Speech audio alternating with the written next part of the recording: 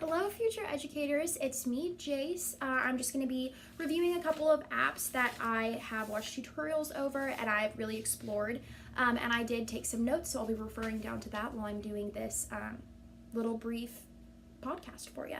So the first one that I looked at was Google Forms, and it is a little bit hard to find if you don't know exactly where you're looking. So when you first get into your Drive app, you're going to click on More, and then it's going to be the purple icon that says Forms. So I think that this is a really great tool for us as educators because it's a great way to do a pre-assessment or a post-assessment. So when you're creating these surveys, you can actually choose to do multiple choice, and then students are able to access it from any device. They could access it from their phones, from their iPads, from their laptops, anything like that. If they're accessing it from a smaller device, then it is recommended that you do multiple choice and then choose the drop down menu so that it also it condenses it so that it's not so large on their smaller devices, and it also makes it look less daunting to our students. And I think that a less daunting quiz it doesn't look like it has as many questions. You have 10 questions on there, each one with 4 responses that the students could possibly give. It looks a little intimidating to our students. So like I said, these surveys are a great way for us to do a pre-assessment to find out what our students do or don't already know. So you put these questions that you want to see and you ask them. You say, do you know this? Yes, no. Do you know this? Explain why you know this. And I also think that in the music education classroom, this is a great way for teachers to get their students to go to concerts. That's the first thing that came to my mind, because actually in this app, you're able to go into it and you can select to upload a file when you are completing the survey. So you can ask for these students to go to a concert.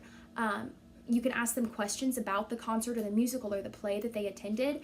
And then you can ask them to take a picture of themselves while they're there and upload that picture directly to the survey. So then it's all in one place, all super easy for you to find, and you're able to track and make sure that they're actually attending these events that you want them to. And I also think that this app is just really cool because you're able to customize it with the header across the top and make it look like your own. So whether you want to make that theme a different color or a picture or something fun like that, I think that it's just fun to customize like that and make things easier make it more approachable for our students. And then I also just love that the data is all in one place when it's completed. It's sent directly to you. It's not hard for us as educators to find, and it just makes it a lot simpler. And I also really love that with this, instead of going through and filling out each individual question, each individual response that the student can have, you can type that up on a separate area, you can copy it, and you can paste it right on there. So you don't have to go through all of the clicking of question, answer. You can type it all up, copy it, paste it right on there, and that is another great benefit to this Google Forms. And then the next podcast that I chose to watch was Writing with Chromebook. I originally went into this thinking, oh, every school doesn't have Apple products. I'm not going to walk into a high school and know that they're going to have Mac, know that they're all going to have iPads, know they're all going to have iPhones or some type of Apple product that they can use. So I think as educators, we should also be prepared to be faced with devices like Chromebooks, where we need to figure out how to best utilize that. But then the podcast told me that really any device like an iPad could be turned into a Chromebook. You just need to download these Chrome accessibilities to it, which I think is also really wonderful. So I looked at the Writing with Chromebook podcast looked at 3 storytelling options. So the first one is going to be that students can create a story map through this app. And when they create the story map, it can be from a story that they've already read in class or a story that they create on their own. So for the story that they've already read in class, I think it's a great, fun, and new way to do an assessment over that, because they can show you all of the main characters that's in there. They name all of the characters and they say, these are the main characters. And then they come up with the plot, they come up with the this, they come up with the that. And you can really assess, like, if you're reading a chapter book, you can assess and say, the students really took a lot from this chapter, or they didn't actually read the chapter and they aren't able to tell me the main characters. They aren't able to tell me what went on in this chapter in this storytelling setting. And then another really, really cool one was the fragmented fairy tales. So I like this because honestly, it does my job a little bit for me.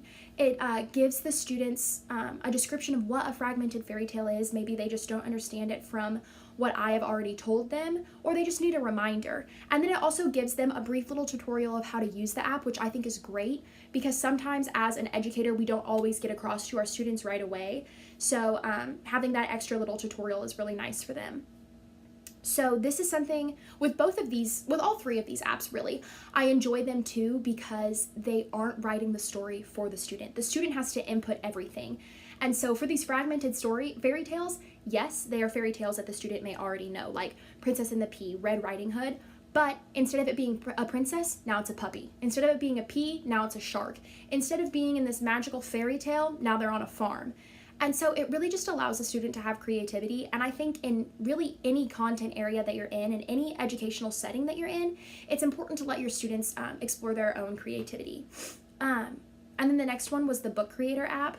And I thought that this one was absolutely stellar. I thought it was so cool because especially in a music setting, you don't see a lot of times how students are able to express how songs are making them feel. So if you're giving your students something, a song, a piece of literature that has a lot of feeling behind it, and you want them to really connect with the emotions behind it, you could use this Book Creator as an easy way for students to say, here's a book, and I'm gonna fill it with how this makes me feel. I'm gonna write poems, I'm gonna draw pictures, I'm gonna not even do anything, and I'm gonna do the bare minimum, and that's okay if that's how the student feels about it.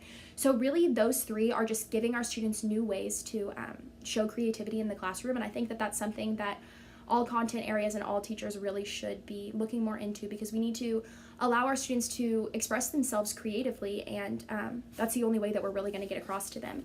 So all in all, both of these apps were really, or both of these podcasts that I watched reviewing all of these apps were really, really beneficial to me as a student who grew up in a more technology-driven era. I find it easy to use this, but as I grow older and older, I'll get farther behind and farther behind in the technology. I hardly know what kids are talking about these days anyways. So I think that as educators, it's always, always, always going to be absolutely crucial that we stay on top of the changing technology and we stay one step ahead of our students. So if watching podcasts like this, and just getting these really great educational resources from other wonderful educators out there is what we need to do, then it's what we need to do. So thank you for the opportunity to learn a little bit more about technology and how to use it in my classroom.